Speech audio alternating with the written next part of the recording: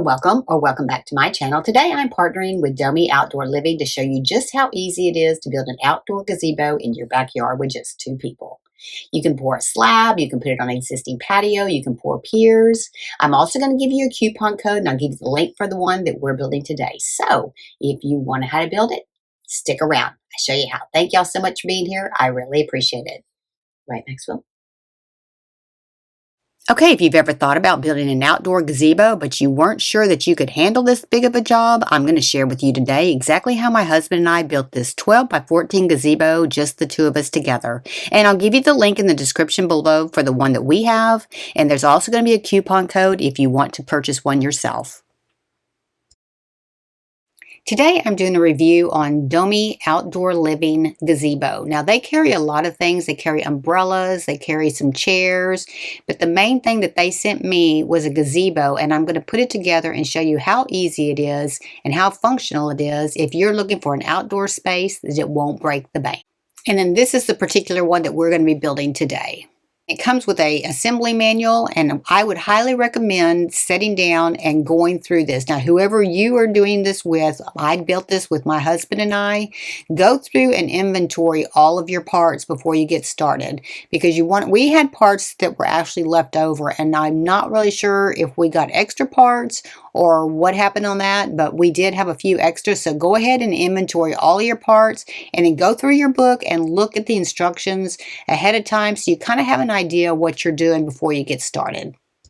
Okay, we went ahead and had a slab poured to put this on because we didn't have a place to put this structure, but this comes in multiple boxes and none of them are too heavy for 2 people to carry. So we actually did this project together, my husband and I did, and it went together pretty smoothly, but I'm going to tell you again, I highly recommend you look at your manual ahead of time because we did have some trial and error situations that we had to overcome.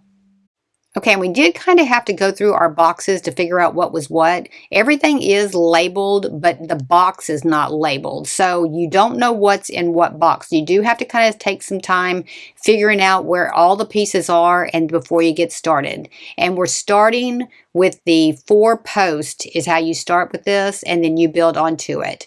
This was actually not too hard of a project to do together, but it does kind of test your patience a little bit with each other. So make sure you build it with somebody that you totally love.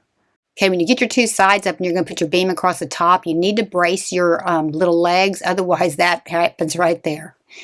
They will fall over, so we put cinder blocks down at the base to hold them in place until we got that beam put together.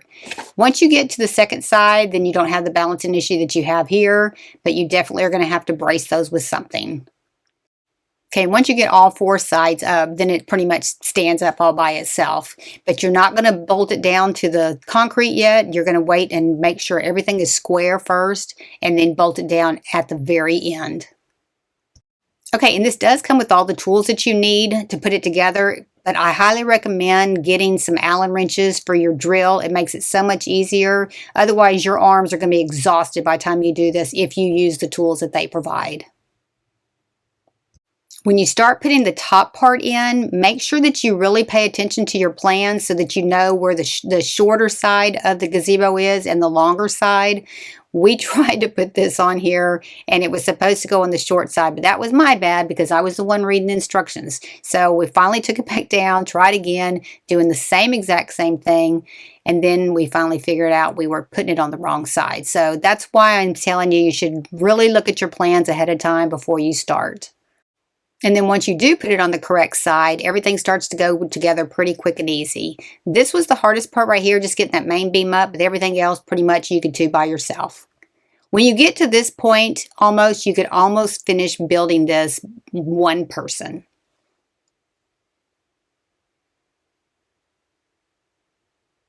And to get to this part, we started at 10 o'clock in the morning and at 6 o'clock at night. And this is how far we got into it. And we worked on it all day nonstop. Okay, for day 2, I had to go back to work, so Clay finished the top out by himself. So once you do get this part done, you can build the top with one person. Okay, Clay did say that putting it on the very top was a little bit challenging because there was one place on our frame that had like a little glitch in it. It wasn't a deal killer or anything like that. It was a workaround, and he finally figured out how to make it work.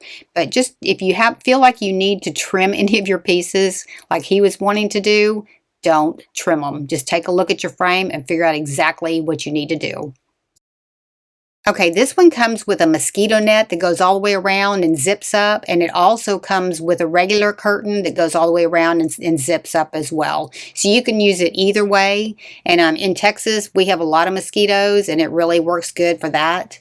But the curtains, it's nice to have those too. So if you want to have a nice dinner out there and you want privacy, this really was a nice little setup. And I think if you do this yourself, you'll save yourself a lot of money as opposed to getting a gazebo that you have somebody come out and build at your house for thousands and thousands of dollars.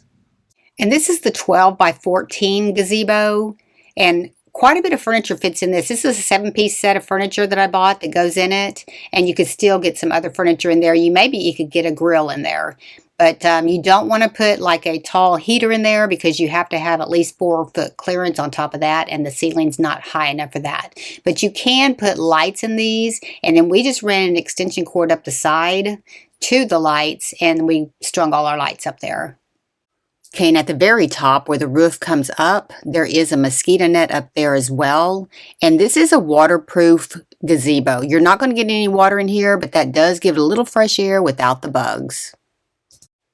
I am super excited to use this space. We have never had an outdoor space because we just have a real small back porch, but I'm really looking forward to using this. I definitely recommend these gazebos. It went together pretty easy for 2 people. Definitely you can do this. And these are made out of galvanized steel and aluminum, so the structure is pretty solid. It can withstand 40-mile-an-hour winds, but if it's bolted down to concrete, it can withstand 60-mile-an-hour winds. So once you get it completely squared, be sure and anchor it down to the ground. Overall, I would say definitely this is a deal. We're going to landscape ours this year when the summertime comes or the springtime comes. We're going to fix it up real pretty around it. But these actually look so pretty in the backyard, and I'll show you what it looks like at night with our lights. Okay, and this is our night view. There were a lot of places to attach lights. So if you were attaching lights to your gazebo, it was very user-friendly for that, and we just zip-tied our lights up there. It was super easy to do, and you just run an extension cord out there.